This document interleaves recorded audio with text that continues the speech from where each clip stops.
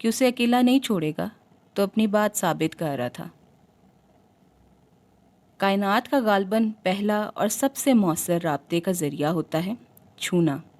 چھونے میں احساس ہوتا ہے، کبھی رد کرنے کا تو کبھی چاہت کا۔ نویرا نے جھجکتے ہوئے اپنا ہاتھ آگے کیا اور اس کے ہاتھ پر پھیر کر سب سن بلاک منتقل کر دیا۔ اس کی اپنی ہتھیلی پر ایکسائٹمنٹ کی پھوار برسنے لگی۔ کچھ کھا لیں؟ اعظم بھی اپنی سوچوں کے باعث مسکرا رہا تھا۔ اعظم نے گاڑی مختصر سے قیام گاہ میں روک لی تھی۔ آگے اس کی ساری ٹیم کھانے میں مصروف تھی۔ اعظم نے سست رفتاری سے انہیں جتنا آگے جانے کا موقع دیا تھا، ان نے وہ وقت قیام گاہ پر گزار کر فاصلہ سمیٹ لیا تھا۔ اس نے سینڈوچ لیے، دونوں نے گاڑی میں بیٹھ کر کھائے۔ پھر اعظم نے تیز رفتار سے گاڑی چلا دی۔ اب وہ ٹیم سے پہلے پہنچنا چاہتا تھا۔ وہ خیرپور شہر کے نزدیک ایک قصبہ تھا، جہاں ایک ٹیکنیکل کالج میں انہیں اینالائزرز لگانے تھے۔ کالج کے ساتھ عملے کی رہائش کالونی بنی ہوئی تھی۔ وہ پہنچے تو سورج جھلسانے پر قادر نظر آ رہا تھا۔ مارچ کا آخری ہفتہ تھا اور سورج مہینوں بعد اپنی پرانی جون میں آیا تھا۔ نویرا کو سن بلاک کے باعث تیل جیسے چکنے پسینے آ رہے تھے، مگر اعظم کی ترپیشانی کے پیچھے ان کی منزل کی غیر متوقع حالت تھی۔ آبادی سے دور جو یونیورسٹیاں اور فیکٹریاں لگائی جاتی ہیں، ان کے ساتھ رہائش کا بہترین انتظام ہوتا ہے۔ ان کا اپنا عملہ بہت ٹھاٹھ سے رہتا ہے، مگر وہاں ایسا کچھ نہیں تھا۔ اسے لگ رہا تھا وہ کسی کچی آبادی میں آ گیا۔ گرد اڑاتی سڑکوں کے ارد گرد جانور ٹہل رہے تھے۔ کالونی بناتے ہوئے ایک اسکواش کورٹ بنایا گیا تھا، جس کی چھت اور زمین دونوں ٹوٹ چکے تھے۔ زیادہ تر گھر کچے تھے اور جو گھر پکے تھے ان کے آگے پیچھے اتنا گراؤنڈ چھوڑا گیا تھا کہ گھر کی بنا پینٹ کی دیواروں تک نظر نہیں پہنچتی تھی۔ نظر گھر کے باہر لگی جھاڑیوں میں کھو جاتی تھی۔ تھوڑا آگے گئے تو چھوٹے مکانوں کی قطاریں دکھائی دیں، مگر دیکھ کر واضح تھا کہ چھت اور دیواروں کے علاوہ شاید ہی وہاں کوئی سہولت میسر ہو۔ اعظم کو کوفت ہوئی۔ کیا تھا جو وہ امی کو انکار کر دیتا؟ عطیہ باجی ہوٹل تک تو جانے نہیں دے رہی تھی، کہاں نئی نویلی دلہن کو دوسرے شہر بھیج دیا، اور وہ بھی ایسی جگہ۔ وہ ان گھروں کی قطاروں سے دور کالج کے پچھلے حصے میں پہنچے، جہاں ان کا میزبان ان کا منتظر تھا۔ وہاں بھی کچی زمین اور لمبی گھاس میں 2 کمرے موجود تھے۔ گاڑی سے اتر کر نویرا تو فرش کھورنے لگی۔ اعظم کو اندازہ ہو گیا وہاں کوئی باقاعدہ باؤنڈری وال نہیں تھی، نہ ہی سیکیورٹی کا کوئی انتظام۔ ان کے میزبان نے انہیں ان کی رہائش دکھائی۔ اعظم اپنا مختصر تھا کیری بیگ لے کر اندر داخل ہوا تو سامنے ایک اور سرپرائز اس کا منتظر تھا۔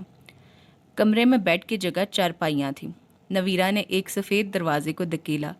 باتھ روم پرانا مگر صاف تھا۔ ایکسکیوز می، نویرا نے کہا اور اندر جا کر کنڈی لگا لی، پھر کھولی، پھر دوبارہ لگائی۔ اسے لگ رہا تھا یہ نازک سی کنڈی دروازے کو روک نہیں پائے گی۔ نویرا کے اندر جاتے اعظم نے غصے میں 2-4 گالیاں نکالی۔ لوگ بیگم کو بیچ پر لے جاتے ہیں یا پہاڑوں پر؟ وہ اس خستہ حال مکان میں لے آیا تھا۔ کمرے کے سامنے 8x8 کا برآمدہ تھا، جس میں ایک میل زدہ چولہا اور چند برتن تھے۔ ساتھ ہی ایک خستہ حال صوفہ موجود تھا۔ وہاں دیوار کی جگہ جنگلہ لگا تھا۔ وہاں بیٹھ کر گراؤنڈ میں کھڑی گاڑی صاف نظر آ رہی تھی، اور بائیں طرف موجود دوسرے کمرے کا برآمدہ اور دروازہ بھی دکھ رہا تھا، یعنی وہ یہاں بھی نہیں بیٹھ سکتے تھے۔ بیٹھتے تو دوسرے کمرے کے آدمیوں سے بے پردگی ہوتی۔ اعظم واپس کمرے میں آ گیا۔ اس نے چارپائی کو ٹھوکر ماری، پھر اس پر چت لیٹ کر چھت کو گھورا۔ اتنے گھنٹوں کی ڈرائیونگ سے اس کے پٹھے کرا رہے تھے۔ وہ چارپائی پر لیٹا تو پٹھے چیخ اٹھے۔ اس کو نرم گدوں کی عادت تھی، وہ کیسے اس جھولتے بستر پر سو سکتا تھا؟ وہ بے چینی سے ٹہلتا ہوا سوچنے لگا۔ نویرا کنڈی کھول کر باہر آئی۔ سنک کا نلکا ٹپک رہا ہے۔ وہ اس سے مختصر ترین بات کرتی تھی۔ خراب ہوگا۔ اعظم نے آگے ہو کر جھانکا۔ چند قطرے ہی تو تھے، میں آتا ہوں۔ وہ کچھ اعداد و شمار کرتے ہوئے باہر نکل گیا۔ نویرا کو چند قطرے ضائع کرنا بھی گوارا نہیں تھا۔ وہ پوری قوت سے نلکا بند کرنے لگی۔ تم لوگ تو مزے سے لیٹے ہو۔ اعظم لون عبور کر کے دوسرے کمرے میں گیا، جہاں اس کے باقی ٹیم پہنچ چکی تھی۔ مجھے لگتا ہے ابھی کوئی رپورٹر اور کیمرہ مین آئے گا کہ کمرے میں ہاتھ ہلا دیں، آپ کے ساتھ مذاق ہوا ہے۔ سیلز کے لڑکے اکبر نے کروٹ لے کر کہا۔ اعظم اس کی بات سے زیادہ اس کی چارپائی کی پختگی میں دلچسپی لے رہا تھا، جو نہ جھولی تھی اور نہ ہی کوئی آواز نکالی تھی۔ تمہاری چارپائی تو بالکل صحیح ہے، ہماری تو ایسی ہے جیسے پنگوڑا پڑا ہو۔ اعظم نے قریب پڑی کرسی ہلا کر اس کی مضبوطی چیک کی۔ اعظم کو یقین ہو گیا کہ کرسی اس کا وزن سنبھال لے گی، تو وہ اس پر بیٹھ گیا۔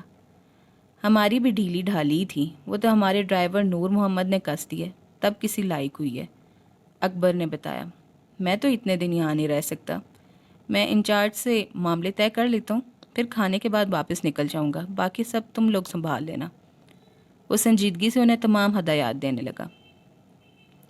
اس فیصلے کے لیے اسے سوچنے کی بھی ضرورت نہیں تھی۔ وہ اپنے تمام ابتدائی معاملات نپٹا کر کمرے میں نویرہ کو بتانے آیا تو اسے پہلی بار کمرے میں سکون کا احساس ہوا۔ وہاں صرف خاموشی نہیں تھی، سکون تھا۔ سامنے چارپائی پر نویرہ گہری نیند سو رہی تھی۔ اپنا دوپٹہ اس نے چادر کی طرح تان رکھا تھا، ایک ہاتھ دائیں کان کے نیچے تھا اور دوسرے سے چادر کی مضبوط مٹھی بنائے وہ سو رہی تھی۔ کتنے دنوں کی بے آرامی اور رت جگہوں کے بعد وہ بچوں کے مانند سو رہی تھی۔ اعظم دیکھتا رہ گیا۔ کتنا حسین منظر تھا۔ آسمانی دوپٹے سے ڈھکی نویرہ۔ کمرے کا کھلا دروازہ آہستہ آہستہ سرک کر بند ہوا تو اعظم کا دھیان ہٹا۔ ابھی بھی اس کو فیصلہ کرنے میں سیکنڈ لگا تھا۔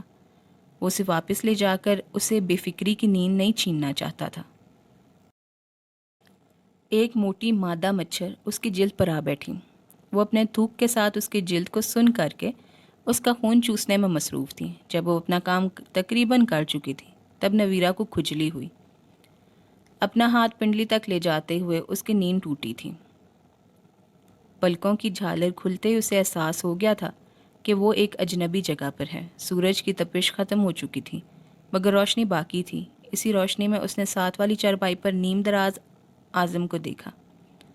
اسے دیکھ کر معلوم ہو رہا تھا کہ وہ پل بھر کے لیے بھی نہیں سویا، بلکہ نویرہ کے پہرے بیٹھا تھا کہ کہیں کوئی جنبش یا آواز اس کی نیند میں خلل نہ ڈال دے۔ نویرہ نے ہاتھ مار کر اپنا دوپٹہ تلاش کیا۔ دوپٹہ اس کے پیروں میں پھنسا ہوا تھا۔ کیا وقت ہوا ہے؟ وہ ایسے بے وقت سونے پر شرمندہ تھی۔ کھانے کا ٹائم بھی ہے اور چائے کا بھی، آپ کے موڈ پر منحصر کرتا ہے۔ اعظم بہت دیر سے اسے دیکھ رہا تھا، اس لیے اب بھی نظریں جمائے رکھی۔ نویرہ نے دوپٹہ پھسلا کر دوبارہ سے کندھوں پر ڈالا۔ اس کی قمیض پسینے سے تر تھی اور اس کے ساتھ چپکی ہوئی تھی۔ میری آنکھ لگ گئی تھی۔ نویرہ نے کیچر کھول کر بال کمر پر گرنے دیے، پھر انہیں سمیٹ کر دوبارہ سر پر باندھ لیا۔ آپ نہا لیں، یہاں گرمی بہت ہے۔ میں بھی 2 دفعہ نہا چکا ہوں۔ سامنے چھوٹا سا ٹی وی قومی سپورٹ چینل دکھا رہا تھا مگر اعظم کی نگاہیں نویرہ سے رخ پھیرنے سے انکاری تھی۔ ٹھیک ہے، نویرہ نے سرگوشی کی اور نہانے چلی گئی۔ ٹیم کے باقی افراد بھی تنگ تھے۔ اب جب اعظم رکنے والا تھا تو ان لوگوں نے بہانے بنانا شروع کر دیے۔ وہ سب کھانے کے لیے خیرپور شہر گئے تھے۔ وہاں اچھے ریسٹورنٹ میں بیٹھ کر اے سی میں کھانا کھایا اور اعظم کے لیے پیک کروا کر لے آئے تھے۔ نویرہ نے نہا کر باتھ روم میں ہی بال بنائے اور خشک کیے۔ وہ کافی دیر بعد باہر نکلی۔ تب تک اعظم پلیٹیں گلاس ٹیبل پر رکھ کے ٹیبل چارپائی کے سامنے لے آیا تھا۔ کھانا آ گیا ہے، اعظم نے اس کے آتے ہی کہا۔ اسے خود بھی بہت بھوک لگی تھی۔ نویرہ چارپائی پر اس کے پہلو میں ٹک گئی۔ اعظم نے خاکی لفافہ چاک کیا اور سالن روٹیاں نکالنے لگا۔ ساتھ ایک چوتھے ڈبے میں سینڈوچز تھے۔ اتنا اچھا کھانا اگلی بار کس وقت ملے کوئی خبر نہیں ہے، اس لیے بغیر شرمائے کھائیے گا۔ اعظم نے سینڈوچ کا ڈبہ اس کی طرف کیا۔ نویرہ نے اس کو غلط ثابت کرنے کے لیے پلیٹ میں سالن روٹی ڈالی۔ نہیں، میں شرما نہیں رہی تھی، بس تھکاوٹ تھی۔ نویرہ نے نوالا بنا کر منہ میں ڈالا۔ نیند پوری کر کے وہ سچ میں کلیئر سوچنے لگی تھی۔ اعظم نے دل پر ہاتھ رکھ کر مصنوعی آہ بھری۔ اور میں پاگل سمجھ رہا تھا کہ آپ مجھ سے شرما رہی ہیں۔ اس کا دل رومانس کے موڈ میں تھا تو معدے کو اپنی پڑی تھی۔ اس نے بھی بڑے بڑے نوالے بنا کر کھانا شروع کر دیے۔ کچھ دیر کے لیے دل میں چلتا رہا اور معدے کو ٹھنڈ پڑتی رہی۔ آپ نے ایک بار سندس کو کہا تھا کہ نویرہ تمہاری چچوری سہیلی ہے، آپ کو میں ناپسند تھی تو آپ نے مجھ سے شادی کیوں کی؟ مچل تو نویرہ کا دل بھی رہا تھا مگر اس کے دل میں کدورتیں تھیں۔ اعظم نے نوالا نگلا اور سکون سے اگلا نوالا بنا کر منہ میں ڈال لیا۔ مجھے آپ نہیں، سندس کی بیسٹ فرینڈ ناپسند تھی، بلکہ نفرت تھی اس سے۔ وہ آپ ہوتی یا کوئی بھی، اس سے فرق نہیں پڑتا۔ آپ کی شریک حیات کو آپ سے زیادہ کسی اور سے محبت ہو، اس شخص سے آپ نفرت ہی کریں گے۔ اعظم نے وضاحت دی۔ اس کے اندر بھی کچھ لڑنے کو مچل رہا تھا۔ نویرہ چپ رہی۔ وہی دوبارہ بولا، جیسے ان 4 دن میں آپ نے سندس کو سہیلی سے سوکن بنا لیا ہے۔ آپ کو بھی برداشت نہیں ہو رہا کہ آپ کے شوہر کے دل میں کسی اور کی محبت ہو۔ نویرہ اپنی پلیٹ میں سالن ڈال رہی تھی۔ اعظم نے کہہ کر اپنی پلیٹ بھی آگے کر دی۔ نویرہ کا ہاتھ کانپ گیا۔ وہ سندس کو سہیلی ہی سمجھتی تھی اور کچھ نہیں۔ اس نے ڈھونڈ کر ونگز کی بوٹی اعظم کی پلیٹ میں ڈالی۔ ایسا کچھ نہیں ہے، یہ فارمولا وہاں اپلائی ہوتا ہے جہاں شوہر سے محبت کا رشتہ ہو۔ نویرہ نے بے دردی سے اس کا دل توڑا۔ اگر کٹھور بننا اس کے لیے آسانیاں پیدا کر سکتا تھا تو یہی صحیح، مگر اعظم کی ہوائیاں اڑی، نہ ہی دل ٹوٹا۔ اس نے مزے سے بوٹی توڑ کر اگلا نوالا لیا۔ یعنی میں یہ سمجھوں کہ سندس نے آپ کو صرف میری پسند بتائی ہے؟ ایسا تو ہو ہی نہیں سکتا کہ اس نے آپ کو بتایا ہو کہ مجھے وائٹ میٹ پسند نہیں اور ونگز پسند ہیں۔ اعظم چبا نہ رہا ہوتا تو ہنس رہا ہوتا۔ نویرہ نے چونک کر ٹیک اوے والے ڈبے کو دیکھا، جہاں 2 وائٹ میٹ والی بوٹیاں تھیں اور ایک ہی ونگ تھا جس نے ڈھونڈ کر اعظم کی پلیٹ میں ڈال دیا تھا۔ وہ اس کی ناپسند بھی خوب جانتی تھی، پھر بھی اس کی پسند کا خیال کر رہی تھی۔ اسے ایک بار پھر غصہ آیا، اس پر خود پر، اور غصے میں اسے بہت بھوک لگتی تھی۔ اس نے مزید روٹی لی، سالن ڈالا۔ اس روز وہ روٹین سے بہت زیادہ کھا گئی تھی۔ انہیں 12 مختلف اینالائزرز نصب کرنے تھے۔ بہت چاہنے کے باوجود وہ یہ کام جلدی نپٹا نہیں سکتے تھے، کیونکہ لوڈ شیڈنگ کا دور رہا تھا۔ 1 گھنٹہ بجلی آتی تھی اور 3 گھنٹے جا رہی تھی۔ اعظم کی رات بھی بہت بے آرام گزری تھی۔ نویرہ تو پھر دوپٹے کو تان کر سو گئی تھی، جبکہ مچھروں نے ساری رات اعظم کا خون چوس کر پارٹی کی تھی۔ وہ رات کو ہر گھنٹے بعد اٹھ کر نہایا تھا۔ اس نے کالج مینجمنٹ سے اپنی بے آرامی کا ذکر کیا تو وہ بھی معذرت کے سوا کچھ بھی نہ کر سکے۔ حالات یہی تھے اور گزارا کرنا تھا۔ وہ بجلی والے 1 گھنٹے میں جی توڑ کام کرتے اور اگلے 3 گھنٹے بجلی کا انتظار کرتے۔ اس نے وہیں میس سے کھانا پیک کروا کر نویرہ کے لیے بھجوا دیا تھا۔ ساتھ مچھروں سے بچاؤ کا لوشن بھی بیچا تھا۔ وہ بیوی کی طرف سے جتنا بھی فکر مند ہو، مگر ڈیوٹی کم فرسٹ۔ اسے کام پہلے کرنا تھا۔ شام تک اس کے 2 کولیگز بہانہ بنا کر واپسی کے لیے نکل چکے تھے۔ اب کام اور زیادہ بڑھ گیا تھا۔